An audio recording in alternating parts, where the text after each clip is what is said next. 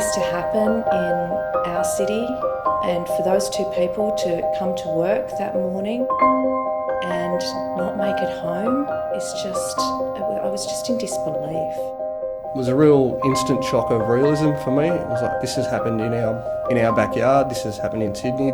The community came out in droves following the siege. We could not have expected, anticipated or planned for how the community was going to respond. There was just a constant stream of people coming into the city to pay their respects to the victims. To think it all started from one initial bunch of flowers that had been left to the massive flowers, I think around 60,000. As the New South Wales Government, we knew that it was really our role to make sure that those items were all collected and would be restored appropriately.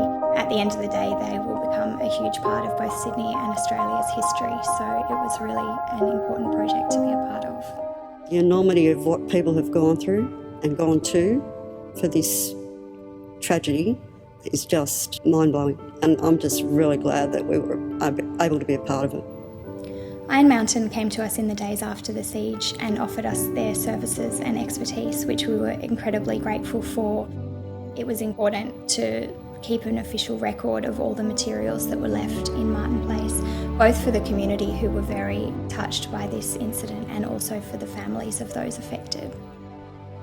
The Living Legacy program at Iron Mountain is one of the most important things that we do at Iron Mountain, not just for our communities, but for our employees. It is all about helping preserve very special commemoration, information, or artifacts that are highly valued to our communities. Going in and watching and seeing the hard work that all the volunteers, that all Iron Mountain staff here in Australia are doing to be able to preserve these special thoughts is really heartwarming. It makes me very proud to know that this organisation has been entrusted by the Australian community to digitise and preserve and to make available these memories to the victims of the incident.